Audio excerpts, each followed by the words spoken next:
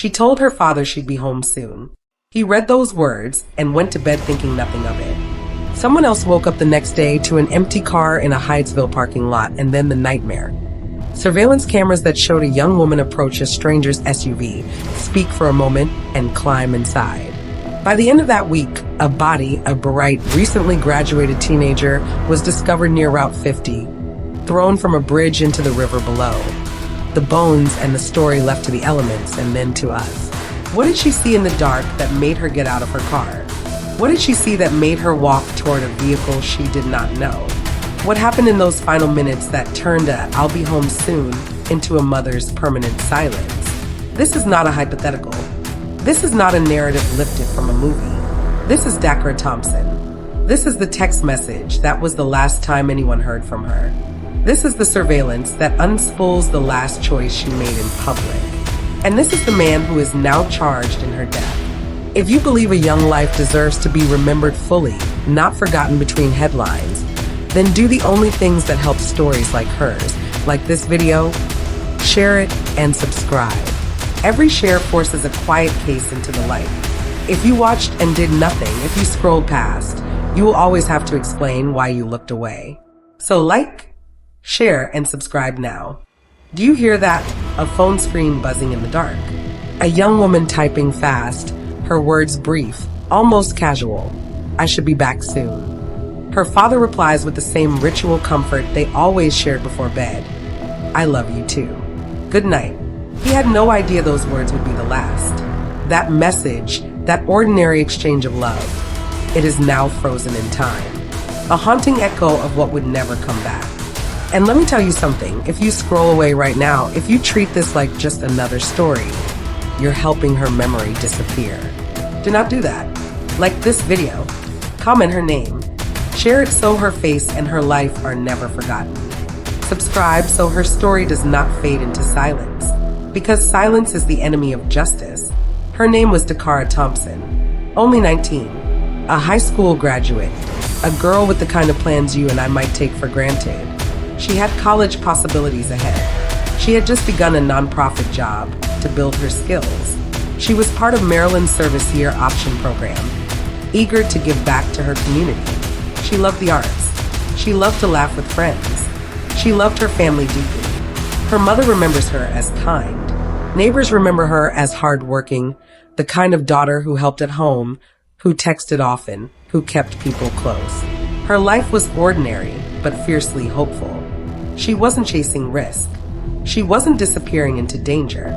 She was just beginning to build the future she had dreamed about. On the night of August 22nd, 2025, she left her father's home in Lanham, Maryland. Nothing unusual, just a late evening out. Close to midnight, she sent that final text, "I should be back soon." And then she vanished. By morning, she was reported missing. Her father clung to his phone, rereading that last message, wondering how something so normal could become a nightmare. Her car, a white Ford Edge, was found in Hyattsville, parked abandoned. Her purse was inside, but her phone? Gone. Disabled. As if someone wanted to erase her presence, erase her trail. The neighborhood buzzed with worry. Family members posted online. Flyers went up. Volunteers searched. Candlelight vigils began to glow in the evenings. And then, police pulled a piece of footage. Surveillance cameras. There she was, clear as day, walking toward a black SUV in Hyattsville, talking to the driver, climbing into the passenger seat. And then the car drove off. That was the last image of her alive. For 9 days, the community lived in suspense. Was she hiding? Was she trapped? Was she alive somewhere, waiting for someone to find her? Parents gripped their children tighter. Neighbors whispered questions. Friends left desperate messages on her phone, knowing it would never light up again. And then, on August 31st, the search ended. A body was discovered off US Route 50 in Anne Arundel County, hidden in the grass, down an embankment by the South River Bridge. It was Dakara. Her skull and face were fractured. She had been beaten, then discarded like she was nothing, thrown 30 feet from the bridge to the ground below.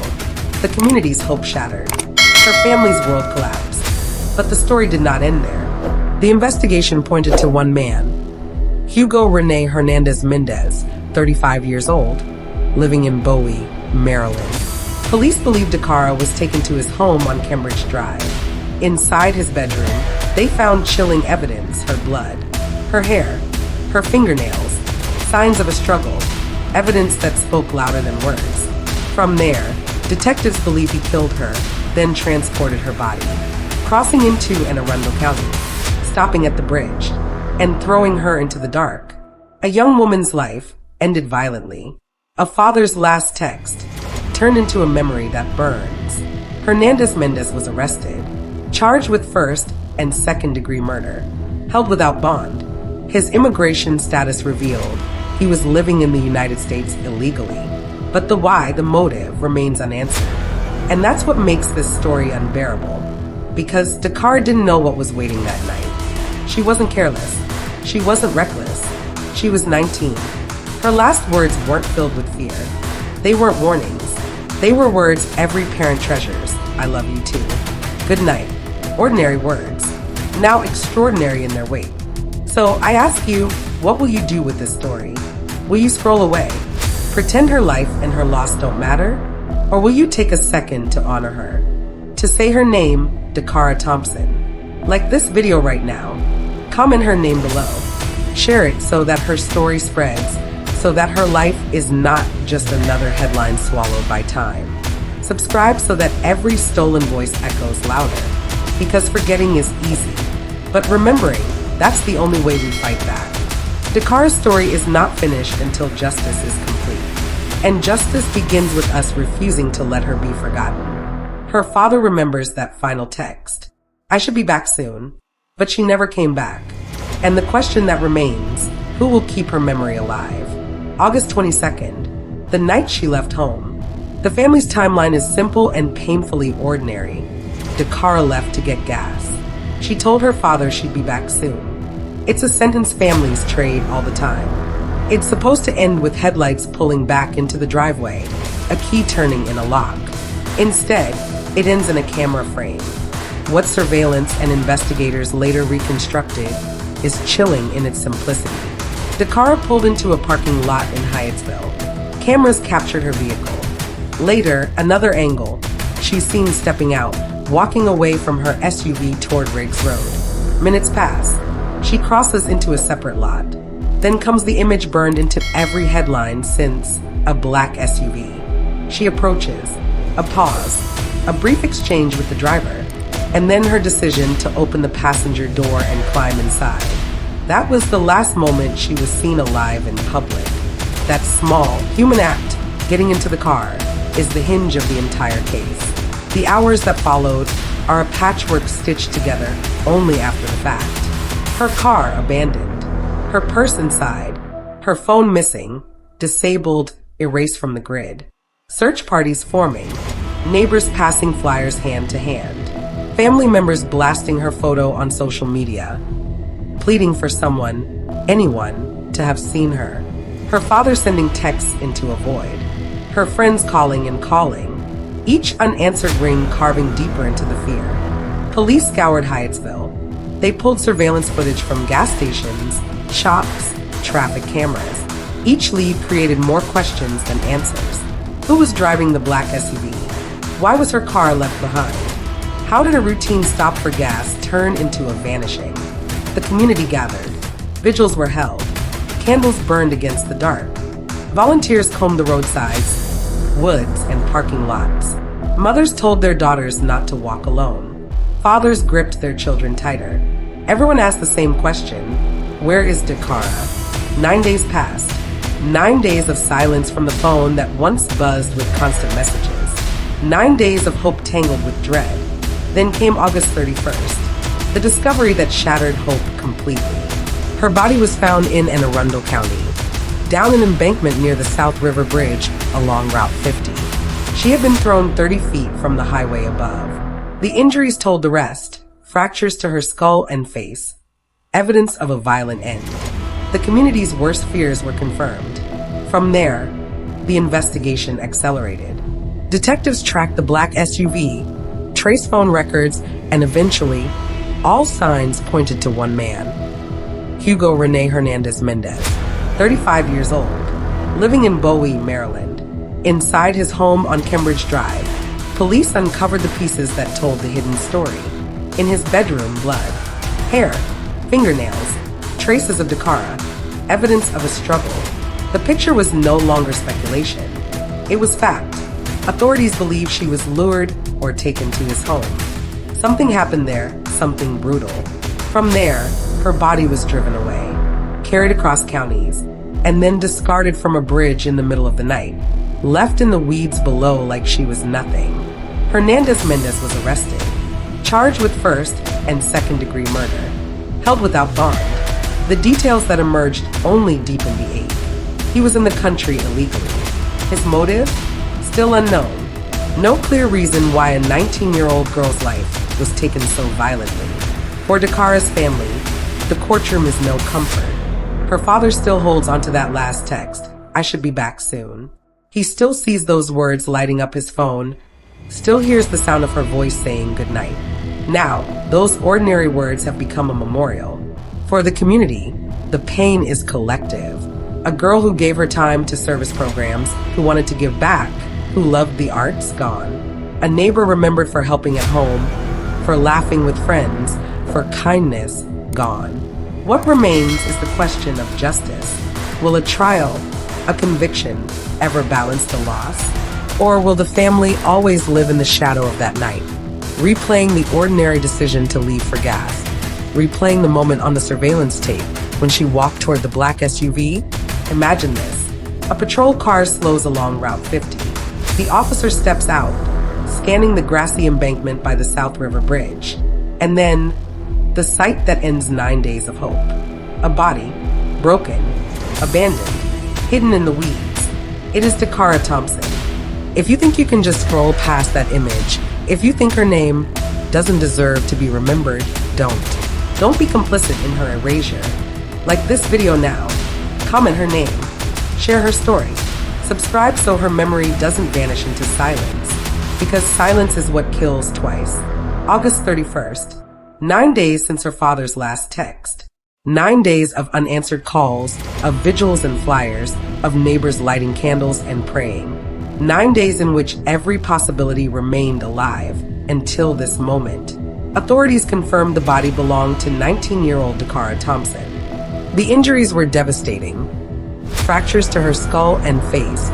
Trauma so severe that investigators immediately questioned what had come first. Was it the violence inside the home? Was it the 30-foot fall from the South River Bridge?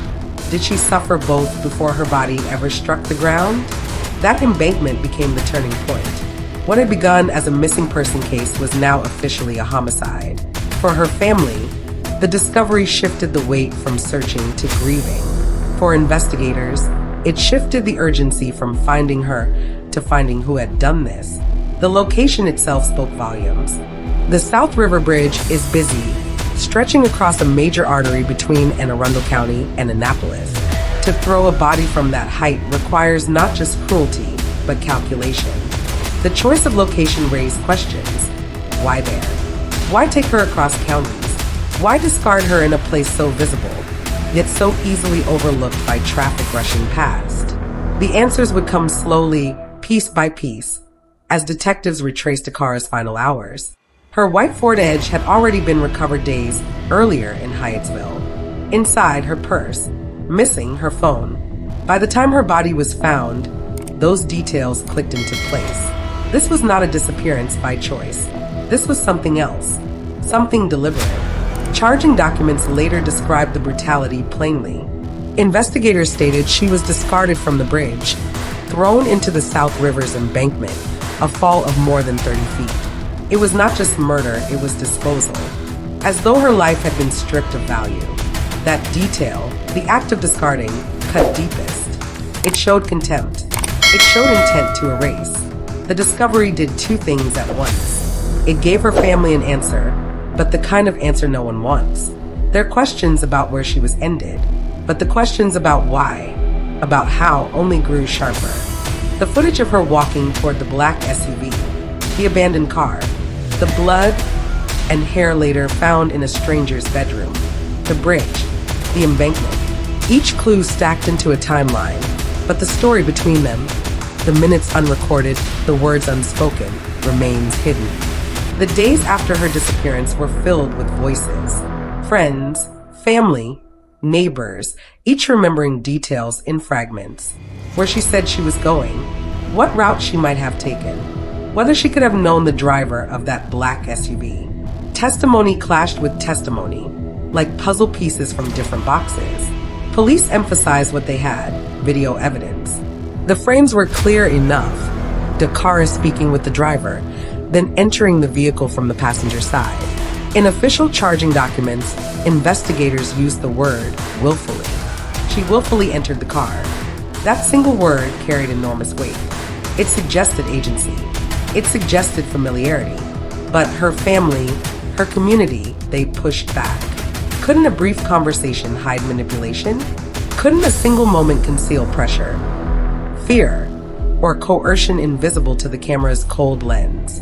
Inside the home linked to Hugo Rene Hernandez Mendez, investigators found evidence that deepened the mystery. A roommate described unsettling noises, grunting, struggling, echoing through the walls. Search teams later discovered a fingernail lodged where it should not have been. They found blood. They found clothing fibers matching what Dakara was last seen wearing. These were not abstractions. They were fragments of a night, silent but damning. A fingernail is not just a detail. It is resistance made physical. It is the body speaking when the voice is gone. The clash between what the video showed and what the evidence suggested became the core tension. Did she step into that car trusting someone she knew? Did she step in because she had no choice? Or was the truth somewhere in between? Locked inside seconds the footage couldn't reveal? Witness accounts didn't settle those questions, they complicated them. Friends remembered her saying she needed gas. Family insisted she wasn't the kind of girl to leave willingly with a stranger. Neighbors whispered about Hernandez Mendez's history, his temper, the patterns they claimed to have noticed. Each voice added urgency, but also contradiction. In court, contradictions matter. Defense attorneys seize on them, pointing to gaps, memory lapses, inconsistencies that cast doubt. Prosecutors lean on the physical evidence, the undeniable trail left behind. This is where the story fractures into perspectives. The family's conviction that Dakara would not have chosen this path. The prosecution's insistence that the evidence closes the loop. The defense's argument that the word willfully cannot be ignored. Each one will be tested under oath. Each one will be dissected by jurors. Each one will be weighed against a timeline that already ended with a body at the foot of a bridge. And so the case doesn't just rest on what happened. It rests on how people interpret what happened. Was it trust? Was it force? Was it both? The camera gave us an image, but not an explanation. Now ask yourself, what do you see in that moment? A choice or a trap? Because until the trial answers that question, Dakara's story is more than evidence. It's a mirror. It forces us to ask what we believe, who we trust, and how thin the line really is between safety and danger. 9 days of searching, 9 days of unanswered texts and sleepless nights, and then the discovery.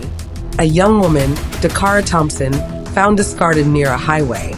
Her life cut short with blunt force and cruelty. And yet, even with her body recovered, the story does not end. Because what happened to her is now trapped in competing versions of the truth. Each with its own weight, each with its own consequence. And before we go further, ask yourself, what kind of person scrolls past a story like this without stopping? Without even hitting the like button, leaving a comment, or sharing her name. If you're still here, it means you care. And if you care, then subscribe. Don't be the one who consumes tragedy in silence. That silence is exactly what killers rely on. The official theory of the case is clean, almost clinical. Police say the evidence lines up like dominoes. Surveillance captures her walking toward a black SUV. She enters willingly. Forensic testing shows she was later inside Hernandez Mendez's residence. A roommate reports hearing the noises of a struggle. Investigators find blood, clothing, even a broken fingernail consistent with her last known movements.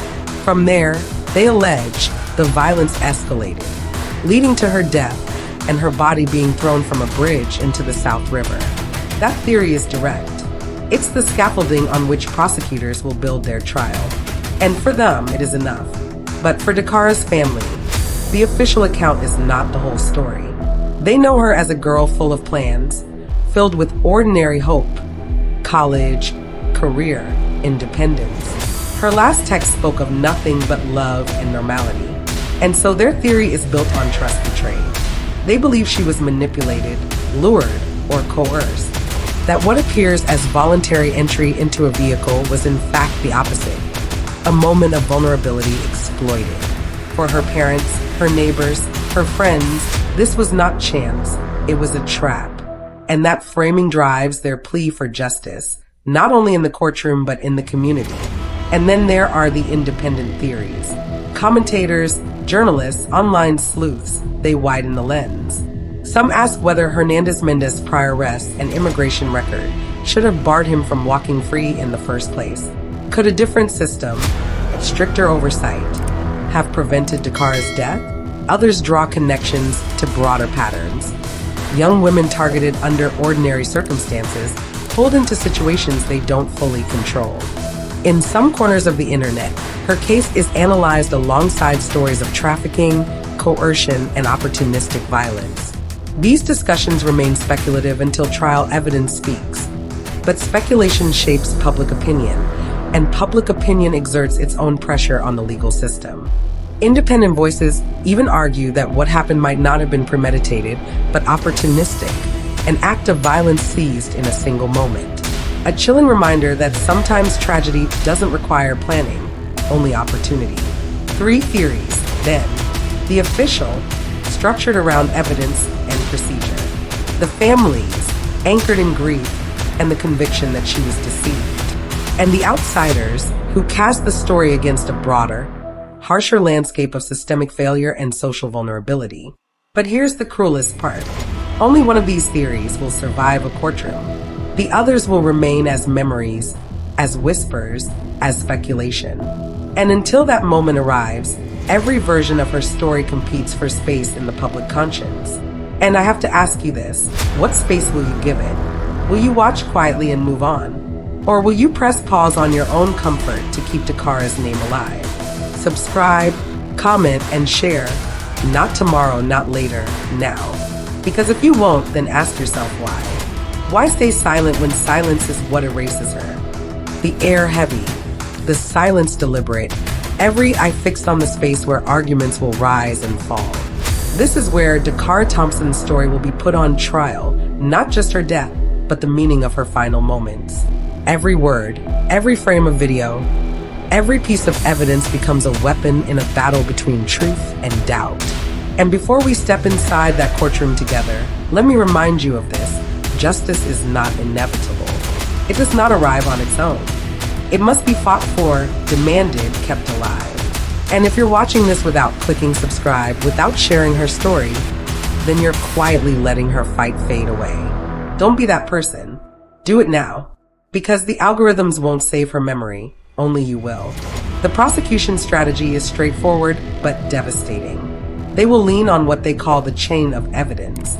Surveillance shows her alive. Forensic traces place her inside Hernandez-Mendez's home. The roommate's testimony suggests a struggle. The discovery of her body confirms violence beyond dispute. For them, the narrative is almost mechanical. She entered the car, she was taken to his home, something violent occurred, and then she was killed and thrown from the bridge. It is linear. It is simple. And juries are persuaded by stories that move forward in a straight line. But the defense does not need to prove an alternate theory. They only need to sow doubt. Doubt in the clarity of the video.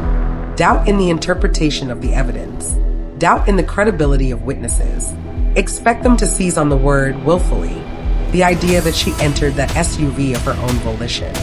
Expect them to argue that the noise heard by the roommate could have been anything, that forensic evidence might be circumstantial, that no one actually witnessed the moment of death. In the hands of skilled attorneys, gaps become possibilities, and possibilities become reasonable doubt. This is the brutal truth of courtroom battles. Innocence until proven guilty means the defense can lean on every missing detail. They can ask questions that have no clean answers. Was there a struggle? Or could the noises have been ordinary? Did Dakara know the man? Did she enter the SUV as a friend, not as a victim? Did prosecutors overreach in assuming intent? Each question chips away at certainty. And certainty is exactly what the prosecution must deliver. For Dakara's family, the thought of those arguments feels unbearable. To them, her kindness, her trust, her ordinariness, these qualities are evidence enough. They cannot accept the notion that she willingly placed herself in danger. They cannot accept a courtroom portrait that casts her as anything other than what she was, a 19-year-old with a future stolen from her. And so they will sit in that courtroom, listening as strangers argue over the meaning of her final steps, holding onto the conviction that she deserves more than legal technicalities. Meanwhile, the public watches from outside the courthouse walls. Commentators speculate. Social media fills with theories, outrage, and grief. And in this era, public opinion itself becomes part of the trial. Prosecutors know it. Defense attorneys know it. And yes, even jurors, despite instructions, feel the echo of the outside world. This trial will not happen in silence. It will happen under the pressure of a community demanding answers. And here's where I need to ask you again. Why are you watching if you won't speak? Why are you following this story silently when your voice, your share, your comment could amplify her memory?